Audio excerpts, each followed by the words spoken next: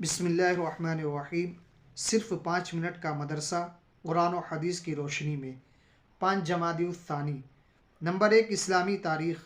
روم کے بادشاہ ہرقل کے نام دعوتی خط۔ رسول اللہ صلی اللہ علیہ وسلم نے حضرت دحیہ کلبی رضی اللہ تعالی عنہ کے ہاتھ روم کے بادشاہ ہرقل کے نام دعوتی خط بھیجا، جس کا مضمون یہ تھا: بسم اللہ الرحمن الرحیم۔ یہ خط اللہ کے رسول محمد صلی اللہ علیہ وسلم کی طرف سے روم کے بڑے بادشاہ ہرقل کے نام ہے۔ جو ہدایت کی اتباع کرے اس پر سلامتی ہو۔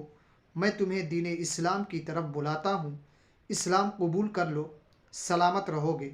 اللہ تعالیٰ تم کو دگنا اجر عطا فرمائے گا، اور اگر تم نے نہیں مانا تو تمام رعایا کے اسلام نہ لانے کا گناہ بھی تم پر ہوگا۔ اے اہل کتاب، ایک ایسی بات کی طرف آؤ جو ہمارے اور تمہارے درمیان برابر ہے، وہ یہ کہ ہم اللہ کے علاوہ کسی کی عبادت نہ کریں، اور ہم میں سے کوئی اللہ کے علاوہ کسی کو رب اور معبود نہ بنائے۔ اور اگر تم نہیں مانتے تو گواہ رہو کہ ہم اللہ تعالیٰ کی تابعداری کرتے ہیں۔ شاہ ہرقل نے آپ صلی اللہ علیہ وسلم کے مبارک خط کو ادب و احترام کے ساتھ سونے کے قلمدان میں رکھا اور ابو سفیان کی زبانی حالات سن کر کہا: میں خوب جانتا ہوں کہ آپ صلی اللہ علیہ وسلم سچے نبی ہیں، لیکن اگر میں نے ایمان قبول کر لیا تو میری حکومت جاتی رہے گی اور روم کے لوگ مجھے قتل کر ڈالیں گے۔ نمبر 2، اللہ تعالیٰ کی قدرت۔ پہاڑوں میں پانی کا ذخیرہ۔ پہاڑوں میں بھی اللہ تعالیٰ کی عجیب و غریب قدرت کار فرما ہے۔ جب بارش ہوتی ہے تو پہاڑوں میں پانی کے ذخیرے جمع ہو جاتے ہیں، پھر تھوڑا تھوڑا کر کے چشموں، نہروں کی شکل میں پانی بہتا ہے۔ اس طرح زمین کے دور دراز کے مقامات تک کو سیراب کرتا ہے۔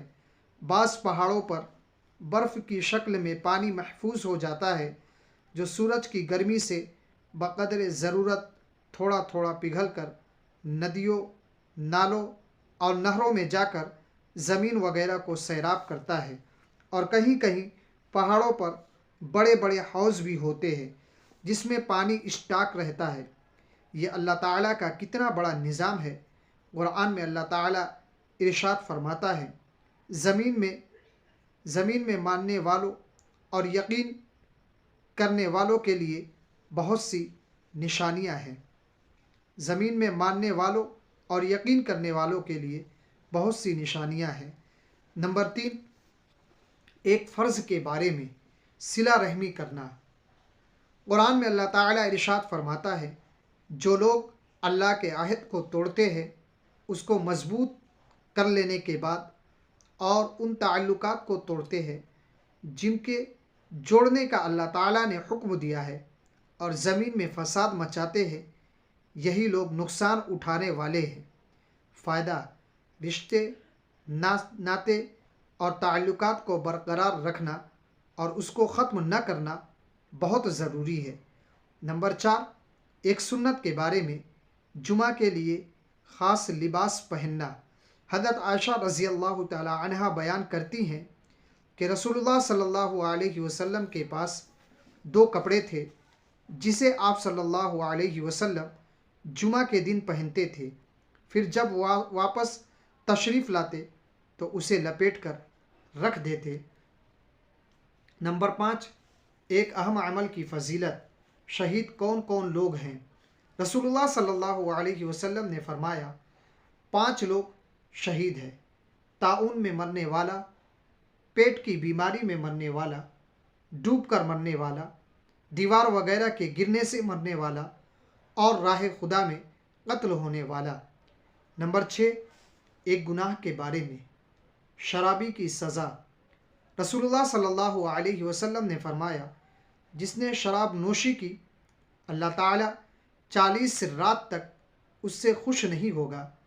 اگر وہ اسی حالت میں مر گیا تو کفر کی حالت میں مرے گا، اور اگر توبہ کر لی تو اللہ تعالیٰ اس کی توبہ قبول فرمائے گا، اور اگر پھر شراب پی تو اللہ تعالیٰ اس کو دوزخیوں کا پیپ پلائے گا۔ نمبر 7، دنیا کے بارے میں۔ دنیا سے بے رغبتی کا انعام۔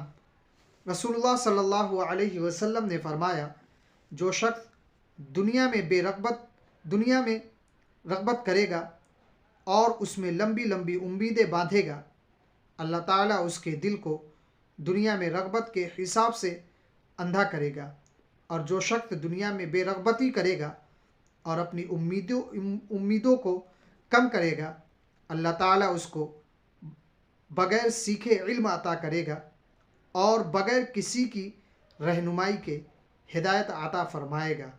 نمبر 8، آخرت کے بارے میں ایمان والوں کا ٹھکانہ۔ قرآن میں اللہ تعالیٰ ارشاد فرماتا ہے، ان ایمان والوں کے لیے ہمیشہ رہنے والے باغات ہیں جن میں وہ داخل ہوں گے، اور ان کے ماں باپ، ان کی بیویوں اور ان کی اولاد میں سے وہ جو جنت کے لائق ہوں گے وہ بھی جنت میں داخل ہوں گے، اور ہر دروازے سے فرشتے ان کے پاس یہ کہتے ہوئے داخل ہوں گے، تمہارے دین پر مضبوط جمے رہنے کی بدولت تم پر سلامتی ہو، تمہارے لیے آخرت کا گھر کتنا عمدہ ہے۔ نمبر 9، طب نبوی سے علاج۔